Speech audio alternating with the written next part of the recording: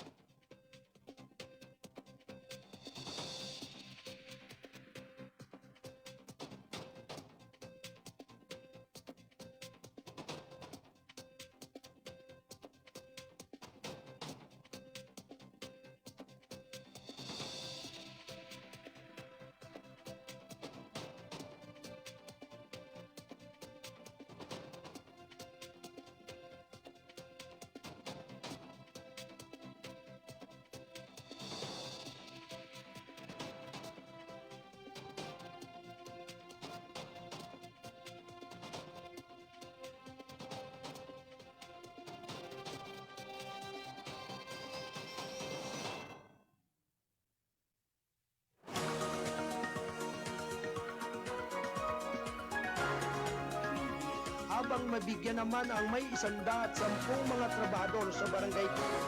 Bakong mga sasakyan, nilang huli ng mga jeep.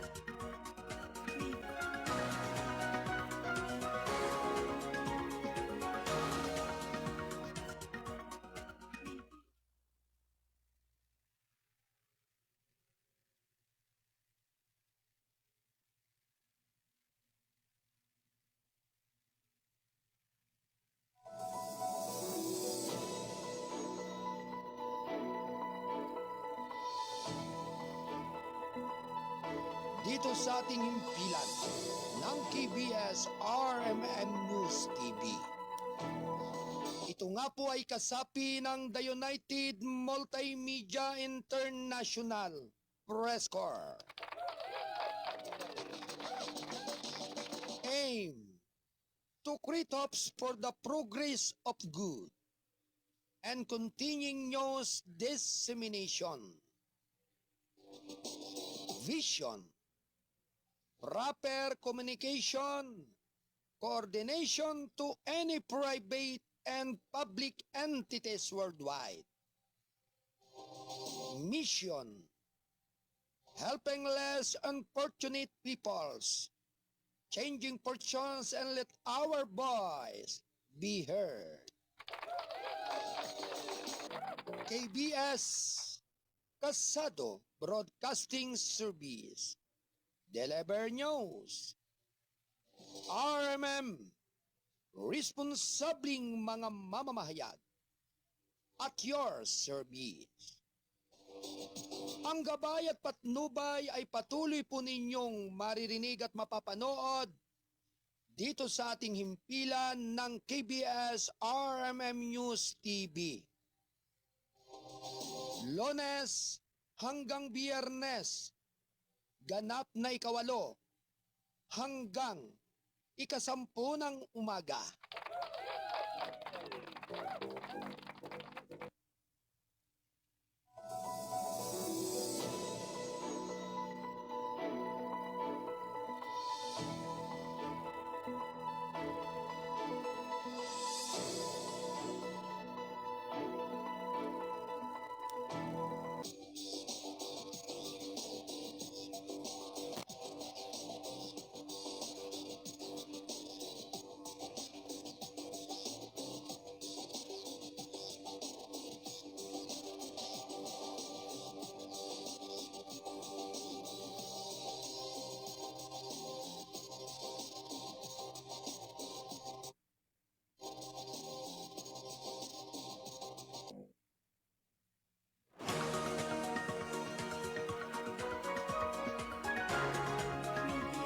Habang mabigyan naman ang may 110 mga trabahador sa barangay.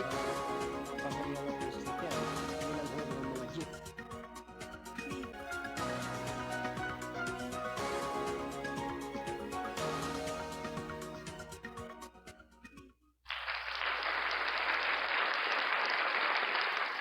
Alas 8:06 ng umaga. Ito'y atid ng KBS RMM News, Dyaryo na TV pa.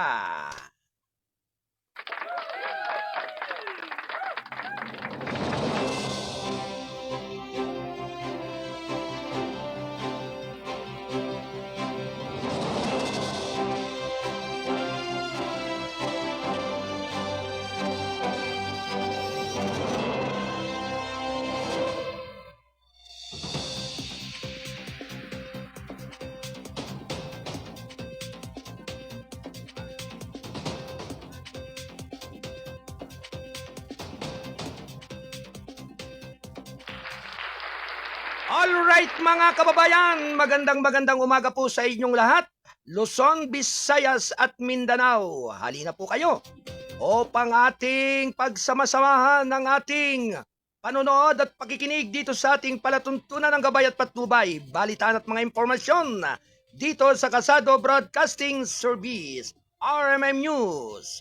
At syempre na ito naman po ang inyong abang lingkod upang mulit-muli kayo'y samahan sa loob ng 2 oras ng ating pagtatanghal ngayong araw ng Lunes, February 9, 2026 ng taong ngayong 2026. Ayan. At syempre sa lahat po ng ating mga nakikinig sa araw na ito, tayo po ay muling magbigay ng mahalagang oras para sa ating pagsubaybay sa mga mahalagang mga balita at impormasyon dito sa ating palatuntunan. At syempre sa pangalan po ng ating station manager at publisher, Kuyang Alan Valenzuela Bordeos. At syempre mga kababayan, ito naman po ang inyong abang lingkod, ang kuya ng lahat, ang Mindorinyong Midnight Boy. Bagamat hindi naman gaanong kagwapuan, sigurado naman na ito ay inyong maasahan, ang inyong Kuyang Arnold Aceveda Namuco. Nagpupugay ng isang napakagandang umaga po ngayong araw ng Lunes.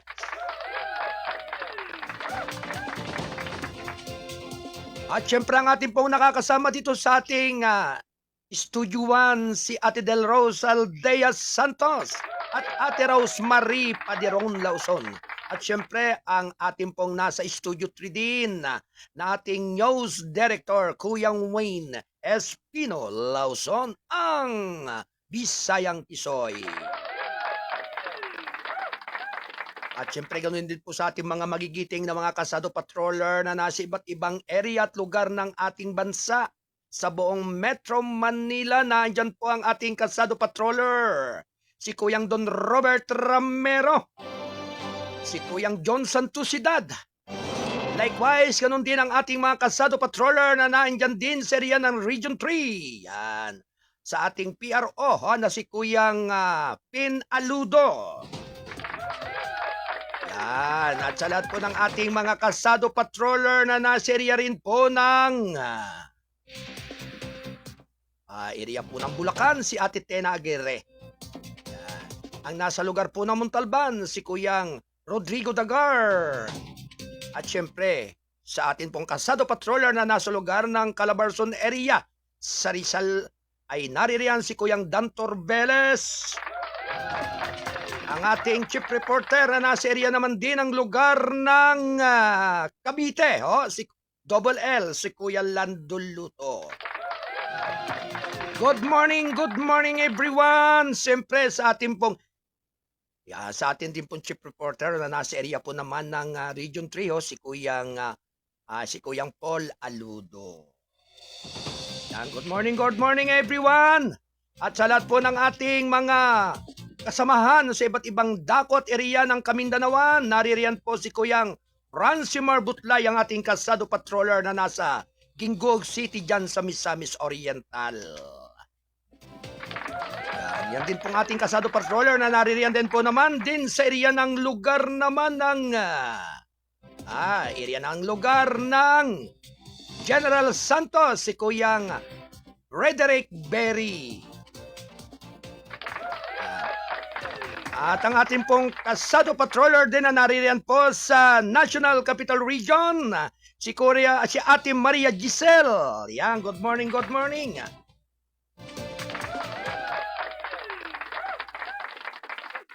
At syempre, binabati rin po natin na magandang umaga ang lahat po ng ating mga kolumnista at writer ng Balitang Kasado. Ang ating mga masisipag ho ng mga kolumnista na nasa iba't ibang area ng ating bansa. Hindi lamang po pang national ang ating mga balita, kundi maging pang international man po ho. Sa ating mga kasado patroller na nasa lugar ng USA ho, dyan sa Georgia, USA. Si Kuyang, si Kuyang Gilier Valencia. Good morning everyone. Siyempre ating kasado patroller dyan sa lugar po ng Quezon City, si Kuyang John Santusida. Good morning everyone. Umagang kay ganda, araw ng Lunes. Napakatindi po ng ngiti ng araw. Bagamat sa lugar po ng Bisayahan ay talagang tinira po ng matinding typhoon ho, itong Basyang. Talagang marami po tayong mga kababayan po dyan ang nasalanta dahilan sa bagyo pong ito. Bagamat dito po sa Metro Manila ay bagamat ikangay panakanaka ay umaambon at dumidilim ang ating kalawakan, subalit sa lugar po ng Kabisayahan, nako, lalo po dyan sa mga lugar po ng Butuan City ay talagang matindi po yung naging dulot ng bagyong Basyang. Kaya Jesus Maria Joseph, dalangin po natin sa lahat ng ating mga kababayan diyan ay dagdagan din po ng iba yung pag-iingat ang inyong mga sarili. Sapagkat wala man pong ibig at wala naman pong ninanais na talagang ang mga ganyang mga pangyayari minsan ay kapag dumarating sa buhay ng tao, hindi mo mang ibigin, ay kusa mong mararanasan. Kaya, ang pinakamabisa po talaga ay dasal at panalangin. At nang sa gayon ay mabiyayaan po ng masaganang blessing ng ating dakilang may kapal. Sapagkat tanging ang Diyos lamang ang magbibigay po ng ibayong kapayapaan sa ating buong sangsinukob. Bagamat napakarami po ng mga pagsubok na dumarating sa buhay ng bawat tao sa ating bayan, ang ating pong palaala lamang ay huwag po kayong lalayo o mawawaglit sa pagtitiwala sa Diyos, sapagkat nasa Kanya po ang pag-asa ng lahat ng tao. Ang lahat po ng namumuno, lahat po ng mga nanunungkulan sa iba't ibang area ng ating komunidad at bayan, tanging ang nangunguna ay ang ating dakilang Panginoon Diyos na si Jesucristo. Anyway, mga kababayan, tuloy-tuloy na po ang ating pagtatanghal dito sa ating unang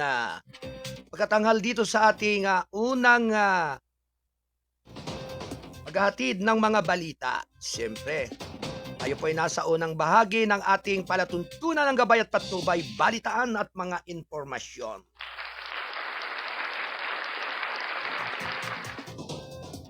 Anyway, mga kababayan, narito ang ating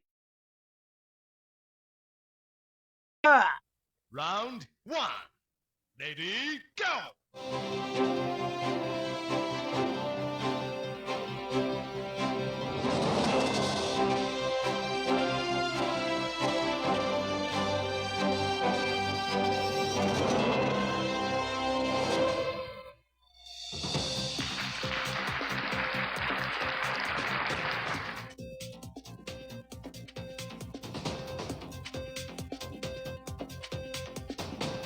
Ngayon po ay araw ng Lunes, February 9, 2026. Narito ang ating mga pangunahing mga balita.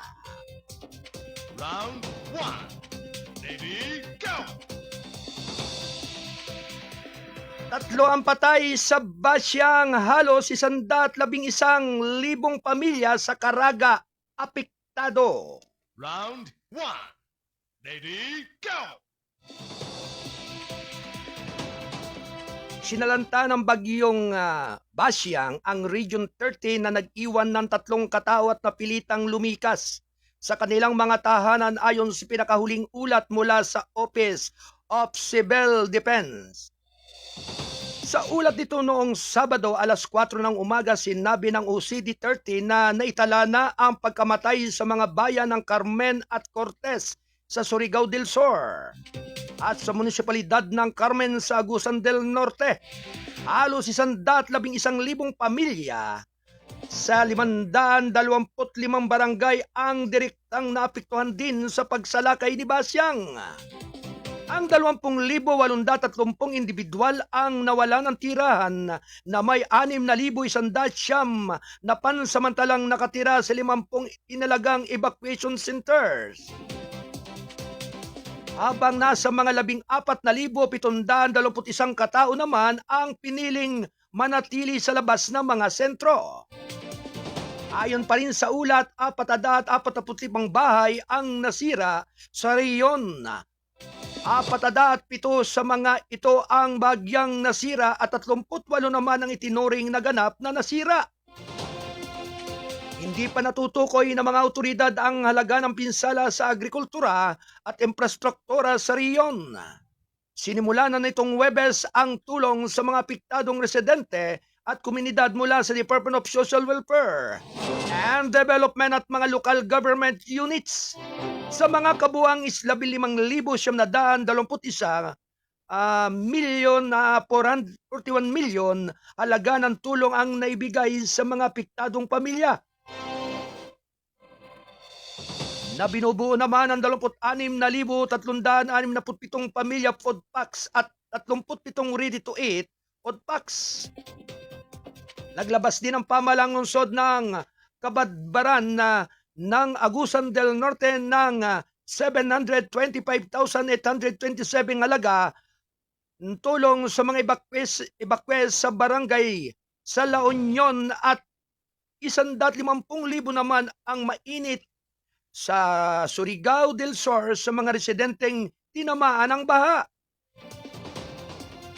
Patuloy naman ang relief operations ng DSWD Field Office Caraga na naghatid ng mga food packs sa mga pamilyang apektado ng Basyang. Ayon pa rin sa DSWD 13 sa isang pahayag nitong Sabado, idinagdag pa nito na mapagpapatuloy ang relief efforts sa buong katapusan ng linggo. Tinataya namang nasa 105 kilometro timog silangan ng Cuyo, Palawan ang Basyang batay sa lahat ng magagamit na datos sa alas 5 ng umaga advisory. Walang tropical cyclone wind signal na may bisa. 19 na minuto makalipas ang 8 ng umaga. Ito ay atid ng Balitang Kasado, ang payagang balansi at totoo, National Newspaper. Good morning po sa mga kuyang ng Kasado, RMM News TV. Magandang umaga po sa inyong lahat. Siyempre from Kuyang Roma Canino di Tablano. Sa ating Kasado Patroller na ngayon po ay nasa monitor, si Kuyang Otep di Tablano. Likewise, magandang umaga rin kay Arnel Acevedo Garcia ng Canada. Yan, magandang gabi na ba dyan, Arnel? Kaya sa iyo diyan, palaging mag-iingat at pangalagaan ang sarili sapagkat ikaw ay nasa ibang bayan o bansa. Yan. Kaya sabi nga po ay sa ating pong mga kababayan po dyan sa iba't ibang dako ng mundo, partikular na po sa mga OFW natin. Ang ating mga bayaning manggagawa na talaga nagtatrabaho dyan sa ibang bansa, sa ibayong dagat, bagamat sabi nga ay marami ang mga pagsubok na dumarating sa buhay, ay kinakailangan po talagang maging matatag at paglabanan ng anumang lungkot at hirap. Sapagkat kaya nga kayong lahat ay naririyan po sa ibang bansa, ay upang magtrabaho, magpundar o mag-impok ng ika nga'y sapat na halaga upang panustos sa inyong mga mahal sa buhay dito sa ating bansang Pilipinas. Sapagkat napakarami nga po ang umaasa sa inyo na inyong mga pamilya dito sa ating bayan upang patuloy ninyong maipadama sa kanila yung inyong pagpapalaga at pagmamahal para sa kanila.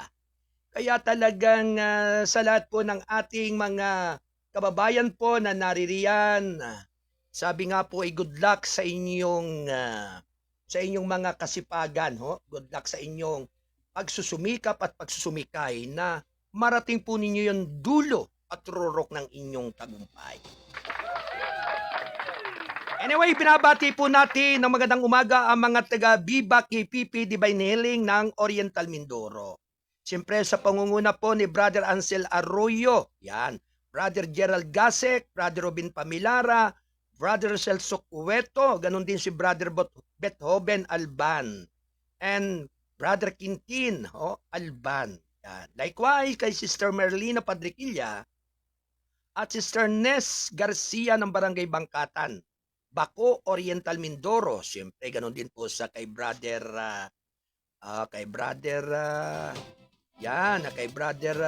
GB Minguela, yan, no? Magandang umaga rin kay Sister Analisa Minguela Gasik. Likewise sa lahat po ng mga brother at sister ng KPP, mapagpalang umaga po sa inyong lahat. Lubos po ang pasasalamat ng inyong abang lingkod at patuloy po kayong sumusubaybay at gumagabay sa ating palatuntunan ng gabay at patnubay dito sa KBS RMM News TV.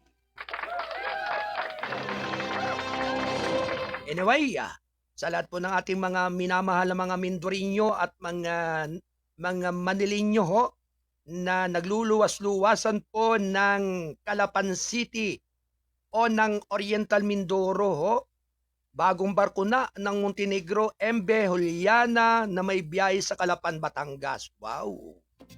Ito po yung sabi nga'y bagong-bago at malaking barko na talagang safe.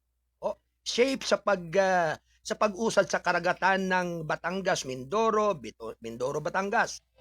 Okay, formal lang inilunsad na ang operation ng bagong barko ng MV Juliana ng Montenegro Shipping Lines Incorporated sa Rutang Batangas City, Calapan City matapos igawad ng Maritime Industry Authority ang pioneer status para sa nasabing rota. Ayon pa rin sa kumpanya, layo ng bagong barko na mapahusay ang biyahe sa kalakalan sa pagitan ng Batangas at Mindoro sa pamagitan na mas ligtas, episyente at maaasahang serbisyo. Para sa mga pasahero at kargamento, inaasahan ding makakatulong ang MV Juliana sa pagpapalago ng trabaho, turismo at ekonomiya ng rehiyon. Gayon din sa mas maayos na kondisyon at mobilidad ng mga Mindoreño. Kaya talagang swerte rin talaga ang mga Mindoreño at Batangueño na talagang yung bagong barko ng MV. Yan, MV Juliana Montenegro Shipping Lines Incorporated na biyaheng Rutang Batangas at Calapan. Kaya talagang safe talaga ang mga pasahero at yan po ay talagang matulin din Bagamat roro ay talagang sabi nga'y ang barkong ito ay talagang nakasisigurado. Pag sabi bago ay talagang nakakasigurado po na ligtas ang inyong pagta-travel. Kasi pagdating po ng mga aksidente ay medyo may laban-laban po ito do sa hampas at dagok ng mga dambuhalang alon dyan sa karagatang yan. Kaya kinakailangan po talagang mas iisipin po natin yung talagang secure yung ating pagbiyahe at talagang safe na safe talaga sa lahat ng pagkakataon. Kaya congratulations po sa pamunuan po ng Montenegro lalong-lalo na po sa MV Juliana Shipping Lines Incorporated. Yan. Kaya talagang yan po yung bagong barko ngayon. Kaya maaring sa pagluwas din po ng inyong abang lingkod dyan sa Mindoro ay talagang matitikman po natin at malalasahan kung anong lasang sumakay sa bagong barkong ito. 26 na minuto makalipas ang ganap na 8 ng umaga.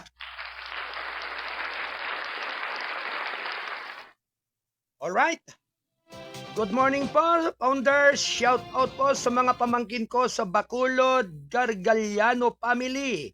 Laika Gift Nuela, Karil Gargaliano Yorica, salamat po sa kanila.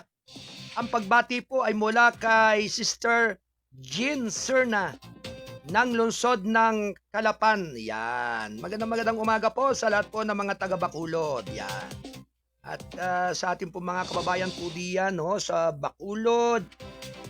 Okay, kamusta na po yung inyo pong buhay diyan Hindi po ba kayo nadaanan ng matinding typhoon ito na sabi nga ay nagbigay pag-aalaala sa marami po nating mga kababayan po sa lugar na iyan. Kaya ingat-ingat lamang po talaga sapagkat yan pong matinding bulto ng tubig, baha ay talagang nakakapagbibigay pangamba sa ating mga kababayan lalo na po sa panahon ng tagsama ng panahon.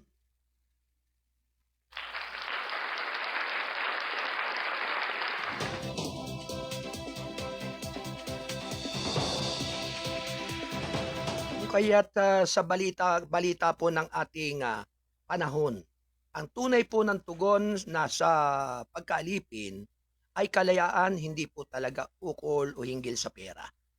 Marami po sa ating mga kababayan kaya nagkakasala at nagkakaroon po ng matinding alalahanin sa buhay dahil nga po doon sa natatalagang panahon. Kadulad nga po ng ikangay balitang pangpanahon o mga buhay na ikangay naaayon sa bawat tao na katulad nga po ng tunay na tugon sa pagkaalipin ay kalayaan, hindi po ang pera.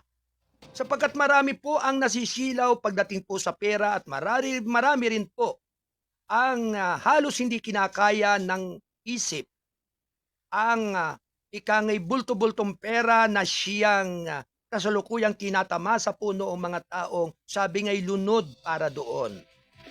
Narito po ang mga detalye po ng balita ng panahon. Sa gitna ng lumalalang krisis ng sangkatauhan, pagkasira ng kalikasan, pagkapunit-punit ng pamilya, pagkakaligaw-ligaw ng kabataan at patuloy na pangapi.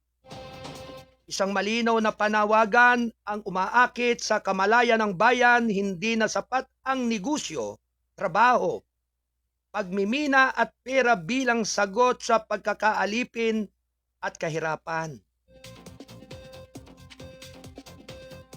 Sa loob ng maraming dekada itinure at itinuturo sa tao na ang kaligtasan ay nasa sahod, puhunan at tubo, ngunit ang katotohanan ay malinaw na ngayon ang mga ito ay nagiging instrumento ng mga mas malalim na pagkagapos. Pagkakautang, pag-agaw ng lupa, pagkawasak ng kalikasan at pagkakakait ng dangal. Mga kababayan, hindi sagot ang pagkakaalipin. Hindi negosyo ang sagot sa pagkakaalipin. Ang paghahanap ng trabaho ay hindi masama at ang kabuhayan ay mahalaga, ngunit kapag ginawang Diyos ang pera, nawawala ang tao sa kanyang likas na layunin. Ang pagmimina at walang habas na pagninegosyo ay nagbunga ng yaman para sa ilan.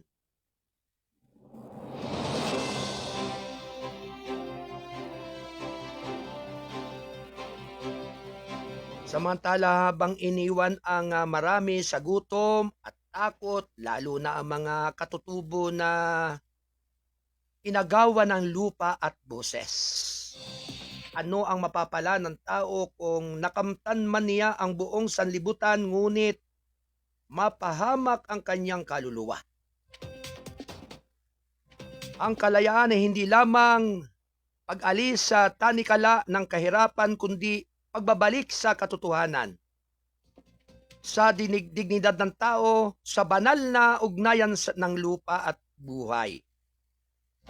At sa likas na kaayusang itinakda ng dakilang may kapal, ito ang kalayaang hindi nabibili, hindi nasusuhulan at hindi nakukontrol ng iilang may kapangyarihan. Sa panahon na upang ihinto na ang kaisipan, ang solusyon ay may maraming pagkatukso sa pera sa panahon na upang magsimula ng pagbabalik loob sa pamilya, sa pamayanan at sa lupaing pinagmulan. Ang tunay na kaunlaran ay nagmula sa sariling pamamahala, bayanihan at paggalang sa buhay, hindi sa pagsira nito. Ang mga nangyayari ngayon, ang lindol ng kamalayan, pagkabigo ng lumang sistema at pagbango ng mga inaaping tinig ay patuloy na hindi na ito kayang lutasin ng talino ng tao. Ito ay bahagi ng mas malawak na pagkilos na nagmumula sa dakilang may kapal, na humahamon sa sangkatauhan na pumili na magpatuloy sa pagkakaalipin o yakapin ang kalayaan.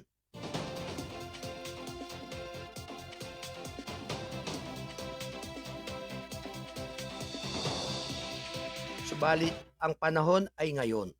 Hindi ito panawagan ng paghihimagsik sa marahas, kundi na panawagan ng pagising. Ang kalayaan ay nagsisimula sa isip, tumitibay sa puso at sinusubaybayan sa gawa.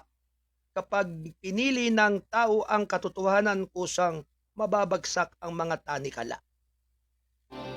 Ito ang balita ng panahon na ang tunay na sagot sa pagkaalipin at kahirapan ay hindi pera. Ito ay kalayaan na nagmumula sa dakilang may likha at isinabuhay ng isang bayang gising. Kaya sa ating pong mga minamahal na mga kababayan, sa dami po ng mga dumarating na mga pagsubok sa buhay ng ating mga kababayan sa sangkatauhan, sana po ang ating pong higit na dalangin, ang lahat ng Pilipino ay magkaisa-isa, ipagpatuloy ang mabuting gawain sa ating sambayanan. Upang nang sa gayon, ang lahat po ng mga mahihirap ay hindi po talaga lubos na mahihirapan sa panahon po na mga bagay at buhay na nangyayari po ngayon sa buhay ng bawat isa. Sapagkat sabi nga po ay napakahirap pong pakalimiin ang lahat ng mga bagay-bagay. Kung ikangay sarado ang iyong isipan at hindi mo talaga masyadong mapapagtuunan ng panahon, yung ikaw ay makabayan, mapagkapwa at sumusunod doon sa mahalagang mensahe ng ating dakilang may kapal.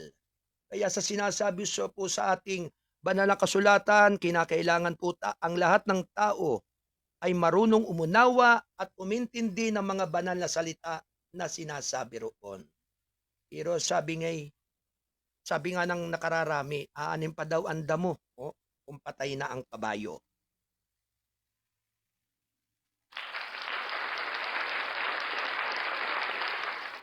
Ganap na alas 8:35 ng umaga. Ito ay hatid ng balitang kasado, ang payagang balansi at totoo. National Newspaper.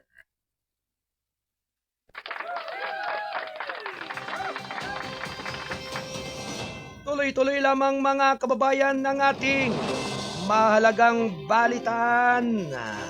Round 1. Good morning kay Faring Dem Din Dumas Sigya. Magandang umaga sa mga Dumasig family ho dyan sa Antipolo City and Kabikulan ho sa Bicol Region. Kaya sa lahat po ng ating mga kababayan po dyan, mapagpalang umaga po sa lahat ng ating mga Bicolano po dyan. sa lugar po ng Antipolo City. Sa punguna po ni paring Ben Dumasig. Anyway, sa lahat ng ating mga kababayan, tuloy-tuloy lamang po ang ating paghatid ng mga mahalagang mga balita sa lahat ng ating mga kababayan buong Luzon, Visayas at Mindanao. Hanggang dyan po sa iba't ibang dako ng mundo na naaabot po ng ating broadcast. Ang KBS RMM News TV ay patuloy na naglilingkod sa inyo na mula Lunes hanggang Biyernes. At syempre ang ating pong palatuntunan ng gabay at patnubay. Tuwing ganap na 8 ng umaga hanggang 10. Yan. Kaya syempre ang inyo pong abalingkod ay patuloy po ninyong makakapiling sa mga balita at mga impormasyon na nagbibigay mahalagang abiso sa bawat sambayanan at sa lahat ng ating mga kababayan. Kung kaya't sabi nga po ang lahat po ng bagay na pinagdaraanan ng ating mga kababayan, yan po ay bahagi lamang ng mga pagsubok na kailanman ay patuloy lamang po ninyong bigyan ng pagpapahalaga na ang mga nangyayari po sa bawat buhay ng sangkatauhan ay bahagi po ng mga pagsubok ng ating dakilang may kapal kung hanggang saan po ikaw magiging matatag. Kaya laging dasal at panalangin po ang mahalaga. Anyway, ayon nga po dito sa ating mga komento dito ng ating mga taga-subaybay, talagang laganap ng araw po ang mga panlilinlang at magbibigay pandaraya ng nakararami sa ating mga kababayan po. Sa maraming dako po dyan, sa mga lalawigan, partikular na po dyan sa lugar po ng Rizal, ayon po dito sa mahalagang mensahe na naririto, ay laganap daw po ang mga pagtitipon-tipon ng maraming grupo para sa sinasabing pamamasok ng mga lugar ng mga komunidad o huwa sa maraming area at dako po dyan sa lalawigan po ng Rizal. Yan. At may mahalaga po tayo ditong nais lamang na iparating sa ating mga taga-pakinig. Batay nga po sa General Notice of the Public. Yan. Kaya kinakailangan po talagang dun po sa mga hindi nakakaalam at dun po sa mga nagtatanong po dito sa ating palatuntunan. Nais lamang po nating ipalaala sa lahat ng ating mga kababayan na ito pong General Notice to the Public ay kinakailangan po nating ito ay ating bigyan din ng panahon upang ito ay talakayin. Ayon po sa mga taga-siyasat na ang General Notice of the Public ay ang dokumentong ito ay isang pangkalahatang paunawa sa publiko na naglalaman ng mga radikal na pahayag tungkol sa pagmamay-ari po ng lupa ng Pilipinas. Wow. Siyempre, ang nagmamay-ari po talaga ng lupang Pilipinas ay ang mga Pilipino. Yan po ay ang ating sambayanang Pilipino po dito sa ating Republika ng Pilipinas. Yun. Kaya lamang po, base po rito sa General Notice of the Public, narito po yung buod ng nilalaman nito sa Tagalog. Yan. Pati pong isasalin sa Tagalog na ang number 1, ang pag-angkin sa lupa, na sinasabi nito na ang buong kapuluan ng Pilipinas ay sakop ng isang mother title na naka-close parenthesis po rito ang OCT 01-4 mula pa noong 1764.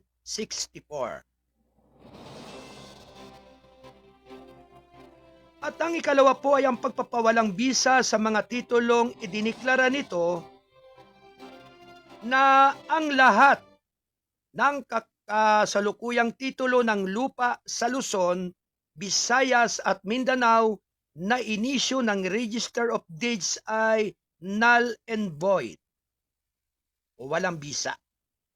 piki at hindi tinatanggap ng bangko. Alright?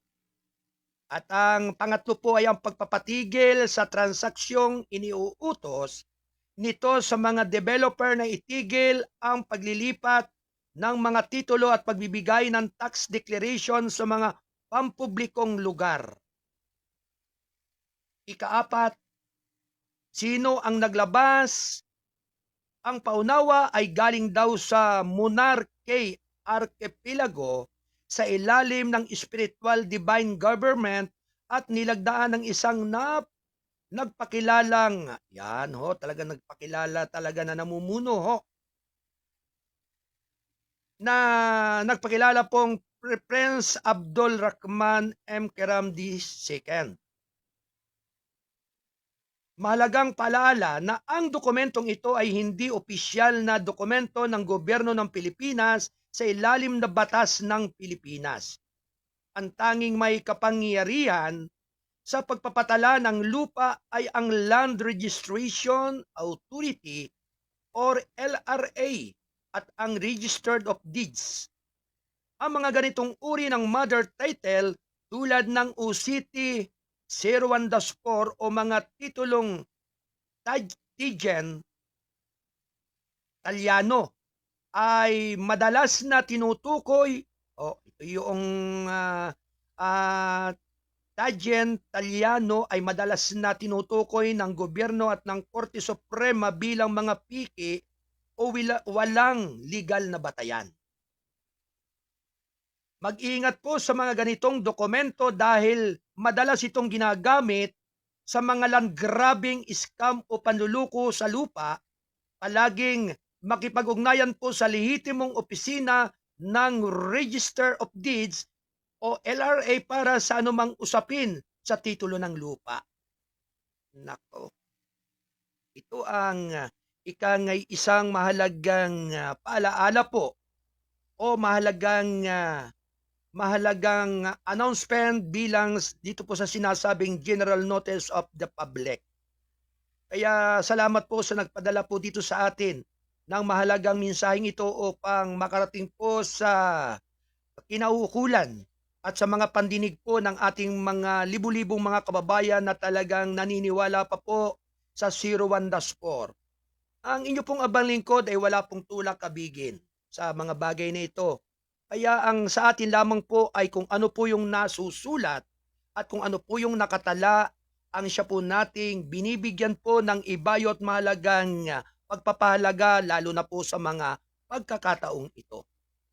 At batay nga po sa ating nabanggit, isa na po dyan sa nasaksihan ng aking dalawang mata dyan po sa lugar po ng Jores Homeowners Association ng Barangay Pantok, Binangunan, Rizal. Ang lihitimo po na samahan po diyan ng Jores Homeowners ay napasok na po ng 01-4. At nagkakaroon nga po ng pagpapanik po yung ating pong mga kababayan po diyan. At marami po ang mga nagrereklamo po dito sa ating himpilan, sa ating pong palatuntunan na akin naman raw pong iparating sa ating mga kinauukulan at sa ating mga takapakinig na ang lugar pong iyan ng Sitio Bukal, Barangay Pantok, Binangunan, Rizal ay may nakatalaga po talaga diyang legit association po ng Jores Homeowners Association. Na sabi nga po, ay yan po ay halos nasa 5 years na po na nag-ooperate po diyan. At sa katunayan nga po ay ang samahan pong iyan ay rehistrado po ng DSOD at ng lokal na pamahalaan po ng bayan ng Binangunan. Accredited po yung samahang yan, subalit bakit po ito pong 01-4 ay namamayagpag po dyan ngayon, humigit kumulang na po sa 3 buwan ngayon, ayon sa impormante po nating pinagkakatiwalaan. Kaya nais lamang po nating ipabatid at ipalaala sa lahat po ng mga taong apektado po at naniniwala po dito sa sinasabing 01-4 ay mayroon po rito sa ating isinabmit na General Notice of the Public at yun nga pong ating tinalakay kani-kanina.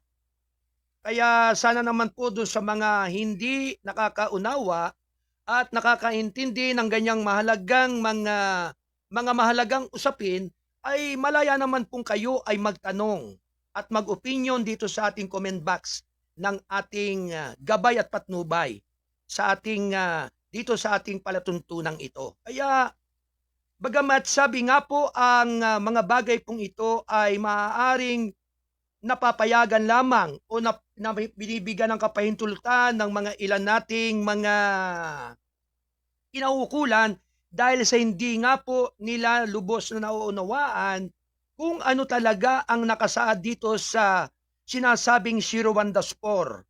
Ito nga po ay ang sinasabi nga po tulad nga po nitong nasa number 2 po na pagpapawalang bisa sa mga titulo, dinideklara nito na ang lahat ng kasalukuyang titulo ng lupa sa Luzon, Visayas at Mindanao na inisyo ng Register of Deeds ay null and void. Walang bisa, piki at hindi tinatanggap ng bangko. Tulad nga po doon sa sinasabi sa number 1, ang pag-angkin sa lupa, sinasabi nito na ang buong populasyon ng Pilipinas ay sakop nga po ng isang mother title na tinatawag po na UCT 01-4 mula pa noong taong 1764. Kaya ito po ang isang malaking palaisipan at malaking nakapagbibigay po ng kalakasan ng loob ng nakararami nating mga kababayan kung kaya nagagawa po nilang mag-land grab po doon sa hindi naman kanila. Kaya yan pong mga bagay pong iyan ang siyang nagiging dahilan kung kaya nagkakaroon po ng problema ang isang matahimik na lugar na sinasaka ng ating mga kababayan o binubukid para sila ay makapagtanim, makapag-ani ng mga gulay at halaman na makapagbibigay kabuhayan sa kanilang pamilya. At base naman po sa paliwanag naman po ng 01-4 na sinasabi ay sila raw mismo ang may-ari ng lahat ng lupa sa buong bansang Pilipinas, magmula sa Luzon hanggang Visayas hanggang Mindanao. At ito nga po yung isa nga po dito, ito po isa po nating kakilala noong panahon po na ang inyong ang baglingkod ay nanirahan po sa Antipolo City noong araw. Noong dekada noong 1990, nasa Antipolo City po ako naka-residence dyan sa Barangay Dalig noong araw. Nakilala ko po yung aking kaibigan at naging isa po sa aking naging tao sa NGO sa ikangi NGO nung araw, yung po ay yung ICAG at saka ENOA. Nung panahon pong iyon, ng mga 1990s hanggang 2000, ay patuloy pong namamayagpag ang International Coordinating Advisory Group na yun po ay ang ENOA na sinasabi pong International Narcotics Enforcement Officer Association.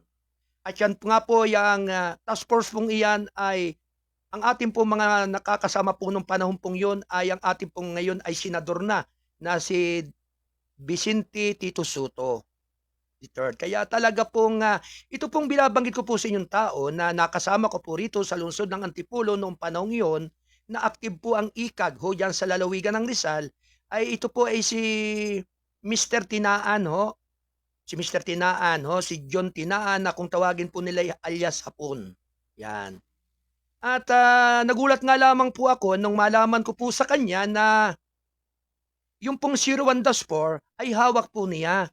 Yung Talyano. Kaya noong mamagitan po yung abang lingkod noong mga nakaraang araw, noong nakaraang linggo at napasyalan po natin yung komunidad po ng Jores, ay talagang marami pong tao dyan ang nakapasok sa huwa ng Jores.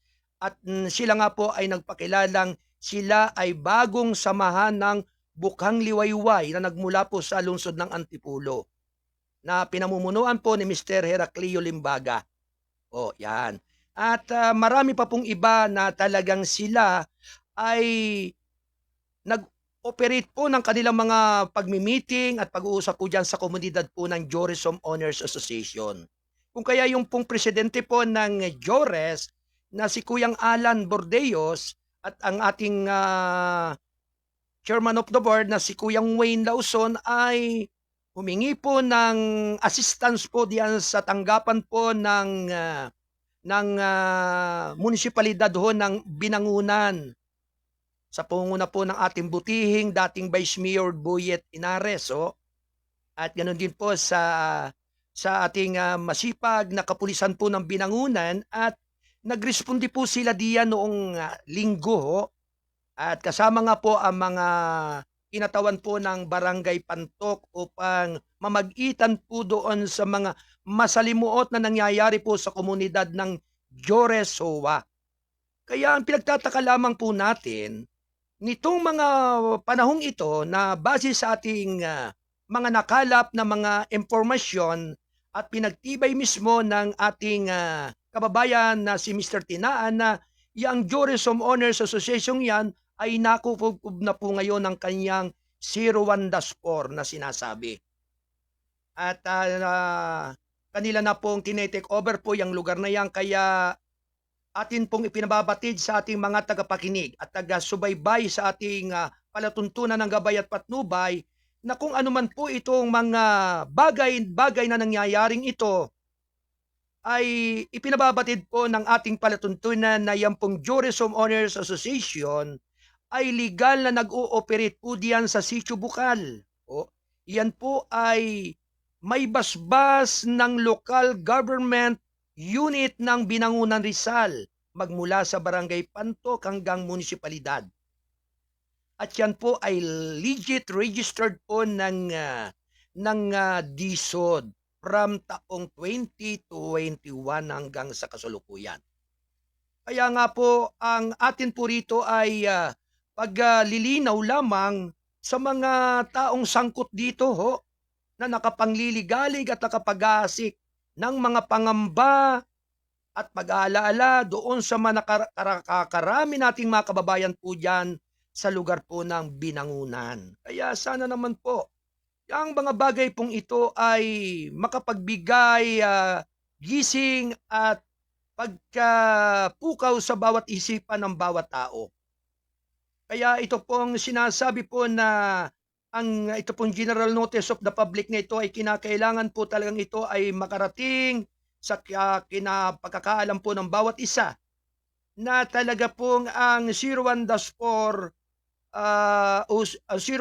po ay nakaplag na po sa ating mga ahensya ng ating gobyerno na ang pag-ooperate po nito ay hindi po binibigyan na ng kapahintulutan ng ating mahal na gobyerno. Kaya sana naman po, kung ano man po ang mga misteryo o hiwaga na nasa likod nito, ay kinakailangan pong masaliksik at alamin ng ating mga kinauukulan. 6 na minuto bago mag-ika-siyam ng umaga. Ito ay atid ng Balitang Kasado, ang payagang balansi at totoo. National Newspaper.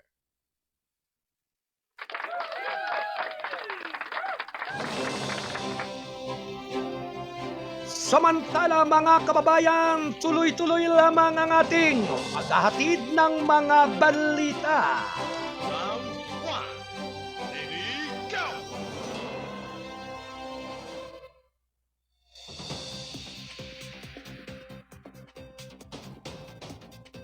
Pagpaparehistro ng mga botante sa BARM ipagpapatuloy ang February 9. Samantala mga kababayan, magpatuloy ang pagpaparehistro ng mga botante sa Bangsamoro Autonomous Region in Muslim Mindanao or BARM para sa Nobyembre 2026 Barangay at Sangguniang Kabataan Elections sa Lunes. Sa isang post social media, nananawagan ang Commission on Election sa mga kwalipikadong botante sa barangay at youth polls na bumisita sa mga lokal na tanggapan ng COMELEC o mga itinalagang satellite registration center sa kanilang lungsod at munisipalidad upang maglista. Nakahanda ang mga tanggapan ng mga election officer na tumanggap ng mga aplikasyon para sa pagpaparehistro mula sa alas 8 ng umaga hanggang alas 5 ng hapon. Lunes hanggang Sabado kabilang ang mga pesta opisyal maliban kung may anunsyo mula sa COMELEC. Sakop ng mga lalawigan ng BARM ang Maguindanao del Norte, Maguindanao del Sur, Lanao del Sur, Basilan, Tawi-Tawi at Special Geographic Areas. Ang mga karapat-dapat na magparehistro bilang regular na botante ay dapat sa 18 taong gulang pataas, naninirahan sa Pilipinas ang hindi bababa sa 1 taon at naninirahan sa lugar kung saan siya nais magparehistro ng hindi bababa sa 6 na buwan. Bagong araw ng halalan para naman sa mga SK voters, ang mga karapat-dapat na magparehistro ay hindi bababa sa 15, ngunit hindi naman higit sa 30 taong gulang at naninirahan sa barangay ng hindi bababa sa 6 na buwan. O sa bago ang sangguniang kabataan, eleksyon bukod sa aplikasyon para sa pagpaparehistro ng botante. Tumatanggap din ang full body ng mga aplikasyon para sa pagbabago ng pangalan at katayuan, pagwawasto ng mga entry, muling pag-activate ng mga record ng pagpaparehistro, pagsasama ng mga record ng pagpaparehistro at pagpapanumbalik ng pangalan sa lista ng mga botante. Tinanggap din ang mga aplikasyon para sa mga update ng mga talaan ng mga taong may kapansanan, senior citizen at mga miyembro ng mga katutubong tao at ng mga katutubong komunidad. Ng kultura at paglipat mula sa ibang bansa patungo naman sa lokal na panahon ng pagpaparehistro ng botante. Ang panahon ng pagpaparehistro ay tatagal hanggang sa Marso at 31, 2026 ngayong taon.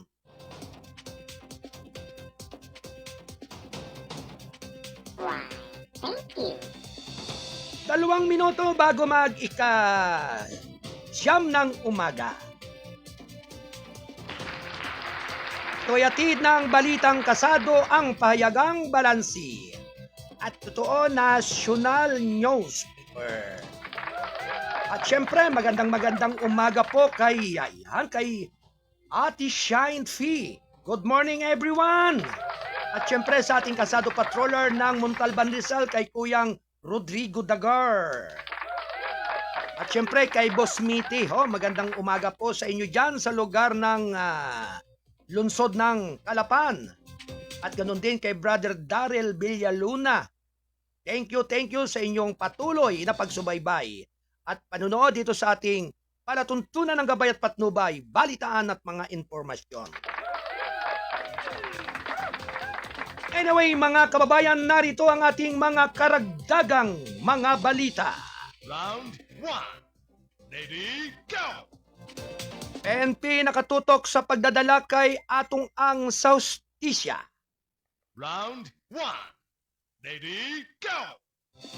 Nakatuon ang Philippine National Police na dalhin sa hustisya si Atong Ang dahil sa pinure nito ang gobyerno ng Cambodia na pag-verify ng mga galaw na tumakas na negosyante, habang ang kanyang malawak na mapagkukunan ay patuloy na nagdudulot ng hamon sa pagtugi sa kanya.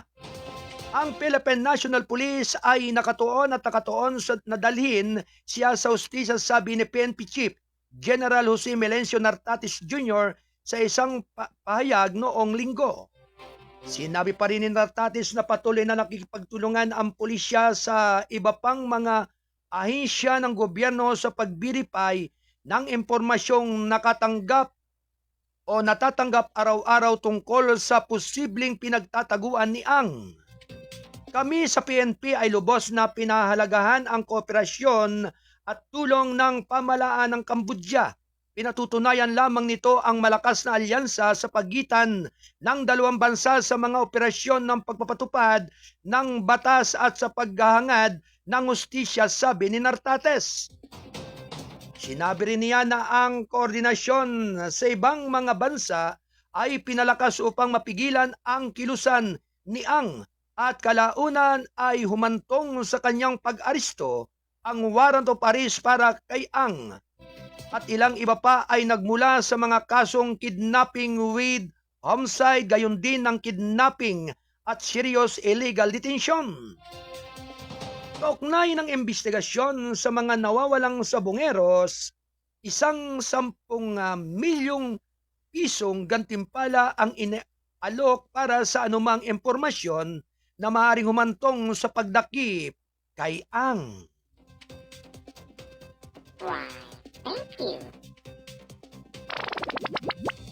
Alas 9:00 ng umaga.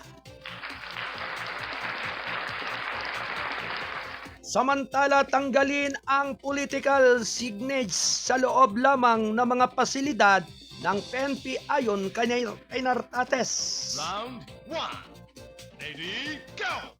Nilinaw ng Philippine National Police nitong linggo na ang pagbabawal at pagtanggal ng political signage ay sumasaklaw lamang sa mga pasilidad nito. Nilinaw ng PNP na ang direktiba nito ay pagbabawal at pagtatanggal ng mga na may tatak na pampolitika, ay partikular na tumutukoy sa mga materyales na pinapakita sa loob ng mga ari-arian at lugar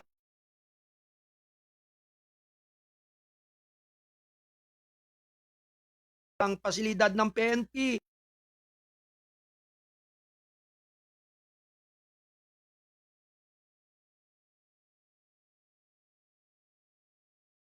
Ang direktiba ay alinsunod na rin sa Department of the Interior and Local Government or DILG